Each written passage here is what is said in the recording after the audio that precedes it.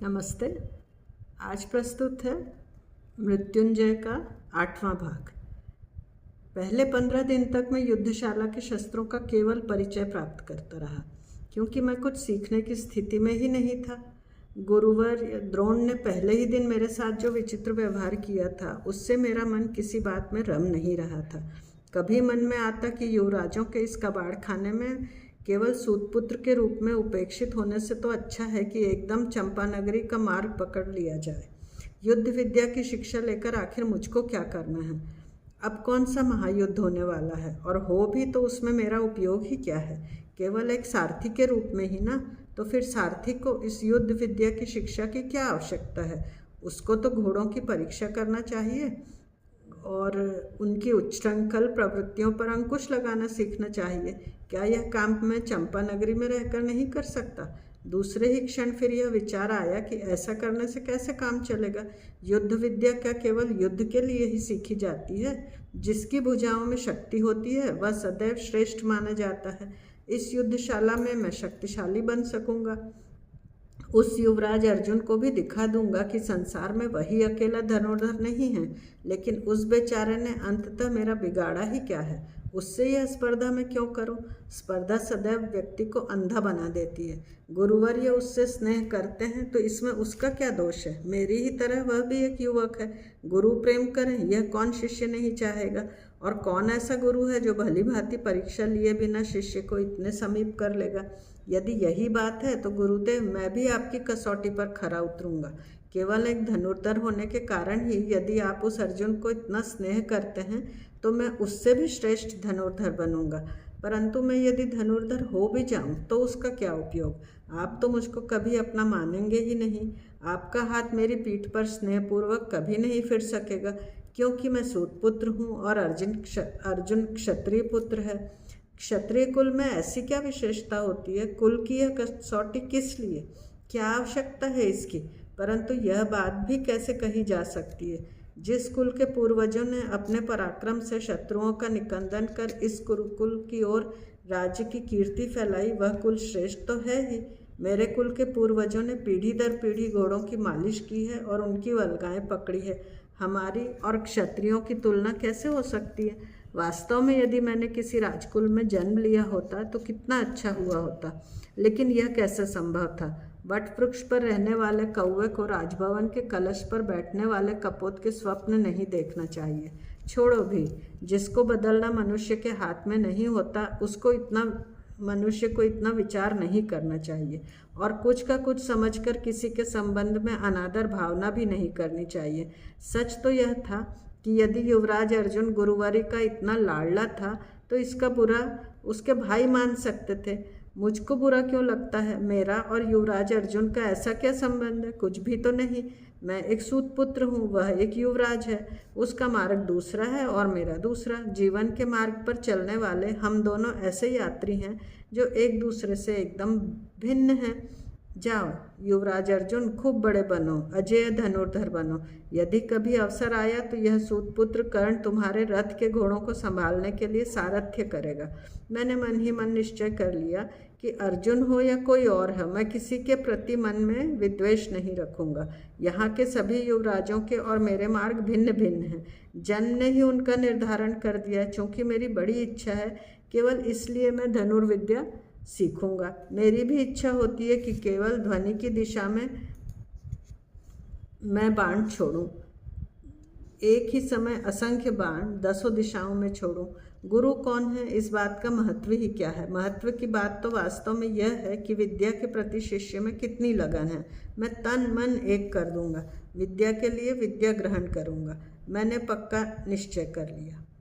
मेरा युद्धशाला का कार्यक्रम निश्चित हो गया था। 1 महीने के भीतर ही मैंने शूल, तोमर, परिघ, प्रास, शतघ्नि, खड्ग, पट्टिश, अशुंडी, गदा, चक्र आदि अनेक शास्त्रों का परिचय प्राप्त कर लिया।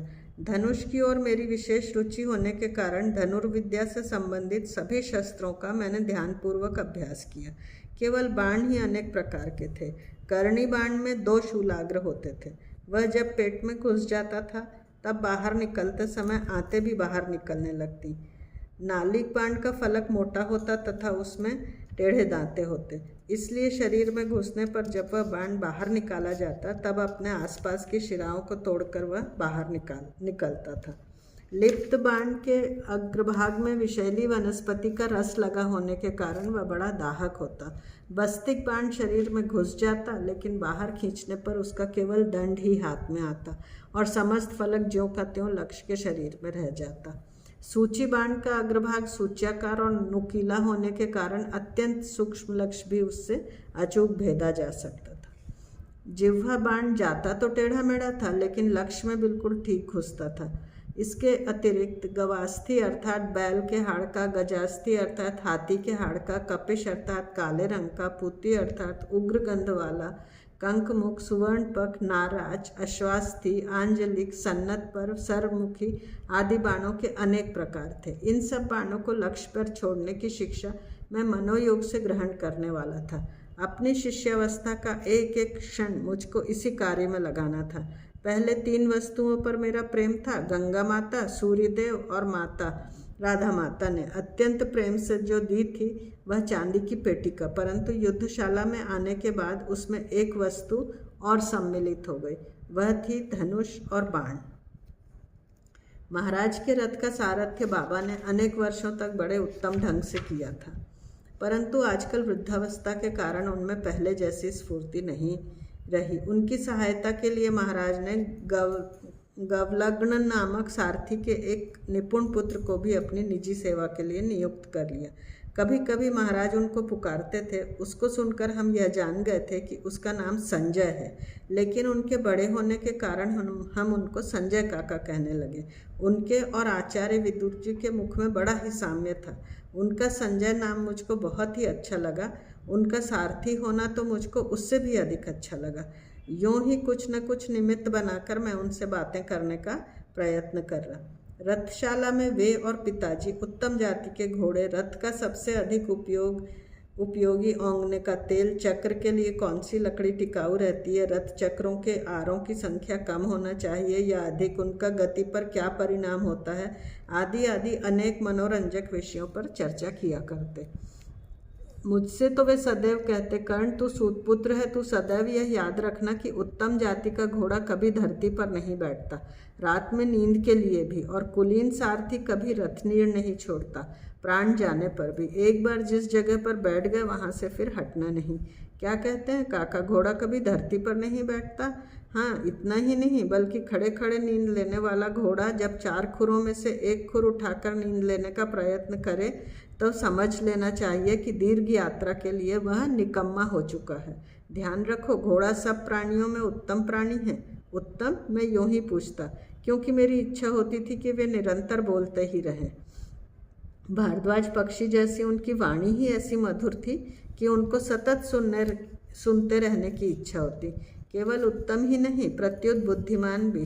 कर्ण घोड़े पर बैठकर कभी घने जंगल में जाता और फिर बाहर आने के लिए मार्ग न मिले तो निश्चिंत होकर हाथ से वल्गा छोड़ दो। यह बुद्धिमान प्राणी तुझको ठीक उसी स्थान पर वापस ले आएगा जहाँ से तू चला होगा। उनके मुख से घोड़ों की विचित्र प्रकृतियाँ, व्याधियाँ और चालें, इन सब बातों का वर्णन सुनते हुए हमारा समय आनंद से व्यतीत होने लगा। संजय काका राजभवन के सभी सारथियों के नायक थे। महाराज धृतराष्ट्र, पितामह, महामंत्री, विदुर, राजमाता और अमात्य वृपवर्मा, ये सभी लोग सभागृह में उनका सम्मान करते थे। ऐसे सबको प्रिय लगने वाले संजय काका मुझसे घंटों गप्पे हाँकने में तल्लीन हो जाते। कभी कभी मालाओं और घंटों से सुशोभित अपने रथ में मुझको और शोन को राजनगर में घुमा लाते थे। धन्यवाद। 8वां भाग यहीं समाप्त होता है। धन्यवाद।